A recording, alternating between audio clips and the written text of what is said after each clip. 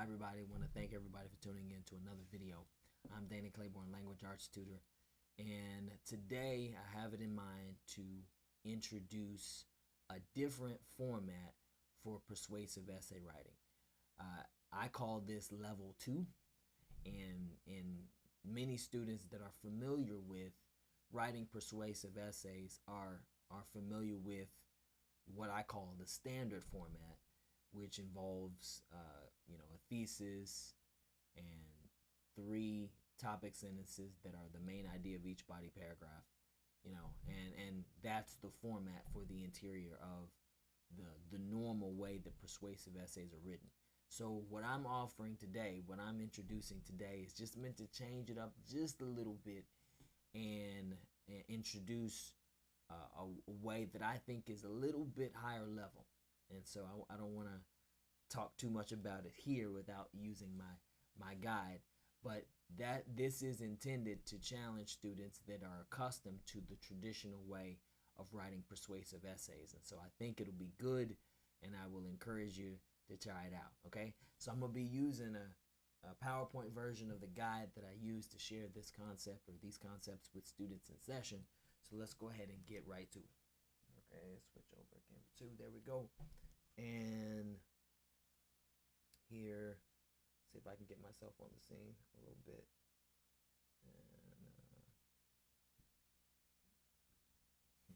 And there I am with you. Okay, so this is, once again, I call this level 2 persuasive essay writing format. And just to establish the foundation, this is in contrast with level 1. And so this is the way that a traditional persuasive essay is written. You got your thesis, which is your main idea, and then you got topic sentences, which are all reasons why the thesis is true. And so this is what many students are used to. This is what I call level 1. Okay, so today I'm introducing level 2, which is a different outline format, which involves a little bit different of an outline format. Not too different, but just a little bit. Okay, so instead of a traditional thesis that completely supports or completely opposes an idea or a position, students you'll write what I call a conditional thesis, which means it's going to support or oppose an argument based on a condition. So this one is a bit more in the middle, and I feel like when you use a conditional thesis, you can sound a bit more reasonable inside your essay or inside your position. Okay, so that is reason enough to use a conditional thesis. So we'll look at what one looks like. Okay, also we're talking about the outline, which is the format. You also have topic sentences, a couple topic sentences to support that conditional thesis. And so topic sentences, once again, are still the same thing that they are, reasons why the thesis is true. And so they will be still that. They don't change at all. There's still reasons to support the thesis. But notice there's only 2 topic sentences in this format. And the reason why is because the third idea for the third body paragraph involves the acknowledgement of an opposing argument. And so this is going to be what I call the refute paragraph. It's going to be for what I call the refute paragraph, in which you attack an opposing argument. And so you can already see a little bit higher level because you're required to think like somebody who opposes you. And so this is the format, the interior format for this style of or this approach to persuasive writing. Okay, and so let's look at a sample prompt. I think that always does it good. It always helps to look at a sample and look at the outline format in action. Okay, so it says, considering the content requirements and the workloads that burden many students, should teachers assign homework? All right, considering the content requirements and the workloads that burden many students, should teachers assign homework? And all the students would say, no, they shouldn't. But again, this is just a sample prompt. So let's look at a conditional thesis. Remember, once again, the conditional thesis supports or opposes the argument or an argument based on a condition. So in contrast to what I call a level 1 thesis, this thesis statement, it's okay for it to be 2 sentences instead of 1. And the reason why is because you want to clarify your support with the condition or your rejection without the condition. Okay, so that'll make more sense hopefully as we look at the example. It says, so considering the workloads that burden many students and the content requirement, should teachers assign homework? So here is the conditional thesis here. It supports it with the condition, rejects it without the condition. So it says homework should only be assigned if it aids success in a subject matter. If students are generally able to excel in a subject area without certain types of homework, it should not be assigned. Okay? So recognize the condition. We support homework if it aids success. If it does not aid success, or if students are able to excel without that type of homework, it should not be assigned. So the condition is clear. The condition is the aiding of success. Okay? All right? With that condition, we support homework. Without that condition, we reject homework. So we see it's not completely supporting or completely opposing the idea of homework. It is supporting it with the condition, rejecting it without the condition. So that's what we mean when we say a conditional thesis. And for that reason, to make it clear, it's 2 sentences. Okay? So just notice, thesis is a 2-part idea, involves 2 sentences, and that it doesn't completely support or completely oppose the idea of homework, but only supports it based on a condition and rejects it without the condition. Okay? So, topic sentence 1. Remember, topic sentence is still what a topic sentence is. It's a reason why the thesis is true. So, since the thesis is 2 sentences long, the first topic sentence supports the first half of the thesis, supports the first sentence. The first half of the thesis supports homework with the condition. Okay, so this half says homework should only be assigned if it aids success in a subject matter. So the topic sentence, which is here, supports or is a reason why homework should be assigned under the condition. Okay, so you can already see it requires you to think a little deeper. So in other words, why should homework be assigned under the condition? Well, here's why. Here's the topic sentence. The success of the student is the main academic priority of every school. So the condition is about success. And that's the reason why it should be assigned. Because success is the main academic priority of every school. So what we say is the topic sentence should reveal, should qualify the condition and reveal why it's there. In other words, what is it about the success of the student that's reason enough to assign homework? Well, success is the main academic priority of school. And so since the homework generates success and school is all about success, then that's reason enough to assign homework if a student is in school. You see?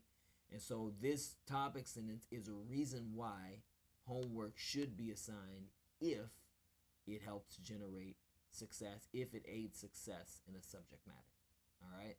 So what you have to do is you have to look at the first sentence of your thesis and say, why is that idea true with consideration of the condition? Okay? And the condition is success. Hopefully that's clear. Okay? So it just says, notice how this topic sentence provides a reason why the first sentence of the thesis is true based on the condition. Okay? And it qualifies the condition and reveals why it's there. All right? So in other words, it explains why success of the student is the condition. Why is that the condition that should generate support for homework? Okay? All right. So the first topic sentence supports the first half of the thesis, the first sentence of the thesis. The second topic sentence, as you can probably guess, supports the second half of the thesis statement. So this topic sentence is going to explain a reason why homework should be rejected if it does not meet the condition. The second half of the thesis says if students are, and this is in blue, if students are generally able to succeed in a subject area without certain types of homework, it should not be assigned. Okay? So the topic sentence is going to be a reason why it should not be assigned without the condition of generating success. Okay? So here's what it says. This is the reason why. If an assignment is not helping a student succeed, it is likely causing a problem of some kind. That's the reason why it should not be assigned without the condition. Hopefully that's clear. All right? And so it supports the second half of the thesis statement. All right? Well, that is the let me get down here. That would be the conditional thesis and the two topic sentences. All right, hopefully that is, once again, hopefully that's clear. Now, the third body paragraph is not built around a topic sentence. It's built around the acknowledgement or refute of an opposing idea. The acknowledgement and refute of an opposing idea. So what we're not going to put is another topic sentence. Instead, okay, well actually, instead we're going to do what I call a refute. So the first two together, let's just go ahead and look at this part of the outline. So far, what we got is a conditional thesis, and we got one topic sentence that supports the first half, and then another topic sentence that supports the second half. Just don't want to get too far ahead of myself. I want to just show that out in the open, so it looks so it's clear the way it is, the way it looks. And now the refute. Okay. So the first thing to do with the third body paragraph is to acknowledge an opposing idea. So when you're writing the outline, you want to state or acknowledge the opposing idea just like you would write a topic sentence. Okay? So notice topic sentence, acknowledgement of opposing idea. Just like it were a topic sentence. Okay? So what that means is we have to consider someone or the argument of someone who's on either side of the extreme, because our thesis is conditional, which means it does not completely support or completely oppose any argument. Instead, it supports based on a condition and opposes without that condition. So to write an opposing argument, or to acknowledge an opposing argument, what I have to do is I have to consider someone who would completely support without condition or completely oppose without condition. Okay? Someone who completely supports the idea of homework without the condition, or completely opposes the idea of homework without a condition at all. All right? And so a topic sentence that supports the thesis without condition. So I got to consider, if someone is writing the thesis that says homework should always be assigned, all right? Let's say that's their thesis. What might be a topic sentence or reason why that they use to support that? That topic sentence is what I'm going to acknowledge as an opposing argument, all right? So I consider a topic sentence that would support an extreme thesis. Okay, or in other words, a thesis that has no condition at all. All right. So here it is. Here it is. You know, this is the opposing idea here. I just stated like this: an opposing idea that supports why homework should either always be assigned or why homework should never be assigned without the condition. That's the kind of topic sentence that we're going to acknowledge. And so here it is right here. This is the sample acknowledgement of an opposing argument that would completely support the idea of homework without condition. So it says an opposing argument may emphasize how homework reinforces class information. Okay. So someone who completely supports the idea of homework, all right, this is something they might say. They might say and point out how homework reinforces class information. So what we're doing is we're acknowledging their argument. And so the statement of acknowledgement says an opposing argument may emphasize how homework reinforces class information. Okay. All right. So this is the acknowledgement of an opposing idea. It would be the first sentence of the third body paragraph. Okay. So let's look at the entire outline together. This is what it looks like. I got the conditional thesis here. I got one topic sentence. I have one topic sentence that supports the first half of the thesis. I have a second topic sentence that supports the second half of the thesis. And now I have the acknowledgement of an opposing argument. All right, that would, support an extreme thesis without condition. Okay? And so that is the outline for level 2. Now, what I want to do is pause for just a moment and let's look at the sample body paragraphs of what it would actually look like. All right? So just a moment, we're going to get that pulled up.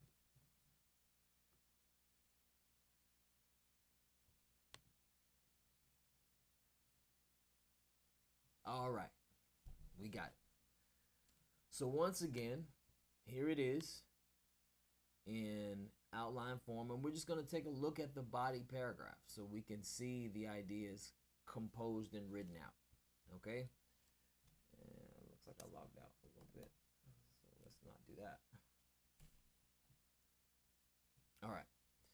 So once again, I got my conditional thesis. Homework should only be assigned if it is needed to succeed in the subject matter.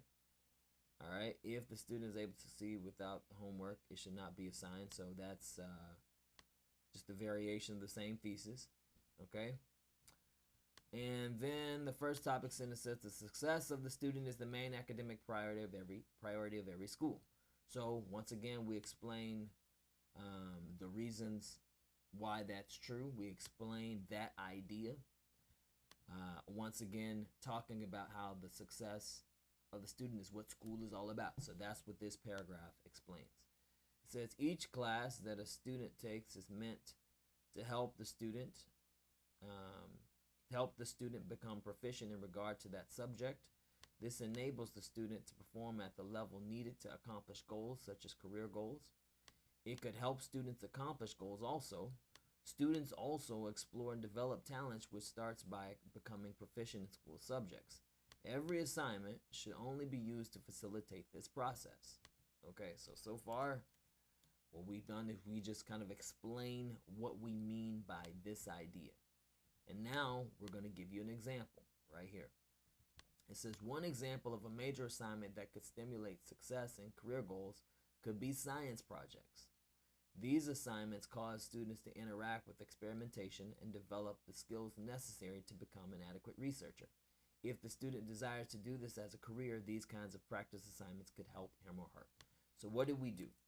We gave you an example of a homework assignment that helps generate success. So you can see why we would actually support it with the condition.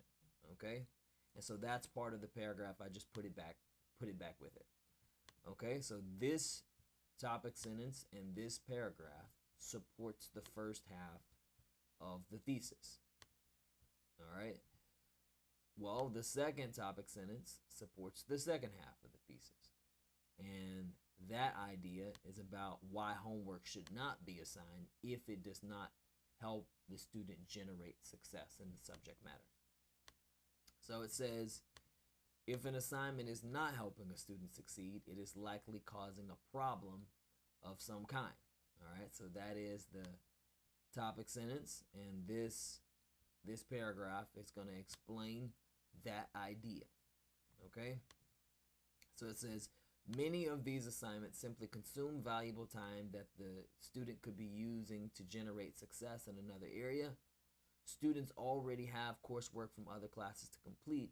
Students are also required to study independently of homework to prepare for tests. Therefore, time is very valuable for the student and should not be wasted completing an assignment that does not help them accomplish their goals. Okay, so we just explained that idea, and now we're going to give you an example of one of those assignments, okay, that does that. One such assignment that frequently occurs is current event articles relative to technology. Usually the coursework of the technology class does not involve anything addressed or being discussed by the current event article. Students just simply find these articles, summarize them, and never interact with the information ever again because the teachers are always teaching something else in class. These kinds of assignments are tedious and do not contribute to the enrichment of the student. Okay, and so we give you an example to illustrate what we're saying. Once again, that's part of the paragraph, so this would be the second body paragraph. Now, the third body paragraph is the refute paragraph, and this is the one that involves the acknowledgement of an opposing argument. Okay, and so here it is right here. The first sentence of the paragraph is going to be the acknowledgement of the opposing argument. That actually is the first sentence of the paragraph. And it says, an opposing argument may emphasize how homework reinforces class information. So somebody who supports homework without a condition, this is what they might emphasize. So the sentence says, an opposing argument may emphasize how homework reinforces class information. Now the second part of the paragraph is where we refute it. It's where we attack that idea.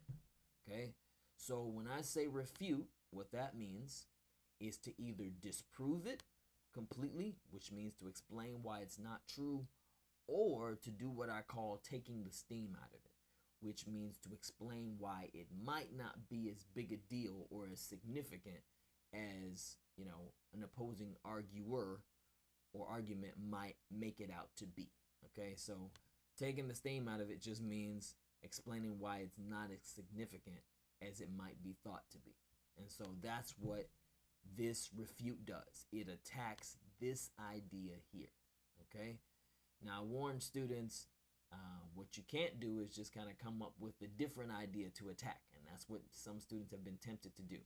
No, you have to attack the idea you acknowledged.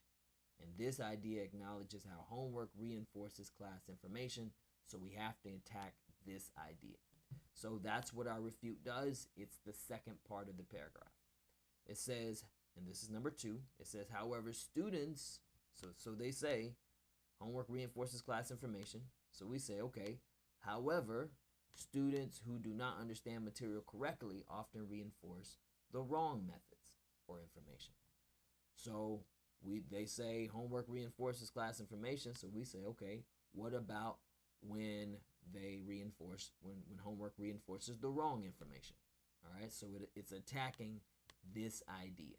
All right, and then the third part of the paragraph, what it does is it explains it, and you can use an example or case study as your explanation if you want to. You know, I just call this an explanation that's illustrated by an example. This is frequently seen. This is number 3. This is the third part of the paragraph. This is frequently seen in subjects of principle and formula such as mathematics or science. Many students who do not completely understand a principle or formula will attempt to do a problem and further confuse themselves or practice doing problems incorrectly. This can lead to negative scores, stress, or even psychological distress for the student. All right? So all three pieces, all three components are what make up the whole paragraph. And so the whole paragraph looks like this. All right, an opposing argument may emphasize how homework reinforces class information. However, students who do not understand material correctly often reinforce the wrong methods or information. This is frequently seen in subjects of principle and formula such as mathematics or science. Many students who do not completely understand a principle or formula will attempt to do a problem and further confuse themselves or practice doing problems incorrectly. This can lead to negative scores, stress, or even psychological distress for the student. All right, so that is the refute paragraph. That is body paragraph 3. Okay, so introduction and conclusion paragraphs are done the same way, but this is how you structure and write the interior of what I call level 2 writing. All right, so once again, this is the entire outline format. You got a thesis, conditional thesis, topic sentence that supports the first half, a second topic sentence that supports the second half of the thesis, and the acknowledgement of an opposing argument. Okay? So just a couple keys, couple things to remember when you're writing the outline format for level 2. One topic sentence should really qualify your condition and explain why the condition is the basis of support or rejection. And usually, I say that should be the first topic sentence that you write, okay? The first topic sentence that supports the first half of the thesis should qualify your condition, all right? Also, you want to consider an opposing argument from someone on either side of the extreme when determining an idea to refute. So the acknowledgement of your opposing argument should consider someone who completely supports or completely opposes without condition. All right, those are important things to remember when you are writing your outline for level 2. Okay, all right, let me switch back over. I want to just kind of switch myself back over to one. All right. Hopefully, yes, it is. I know that is a level, that is a higher level of thinking for, or an approach for persuasive writing. But hopefully you got it, and hopefully you can practice it and make it your own. Okay. Feel free to let me know what you think. Let me know questions, and I have these resources available if someone needs them. Once again, I just want to thank you for tuning in, and we'll see you next time.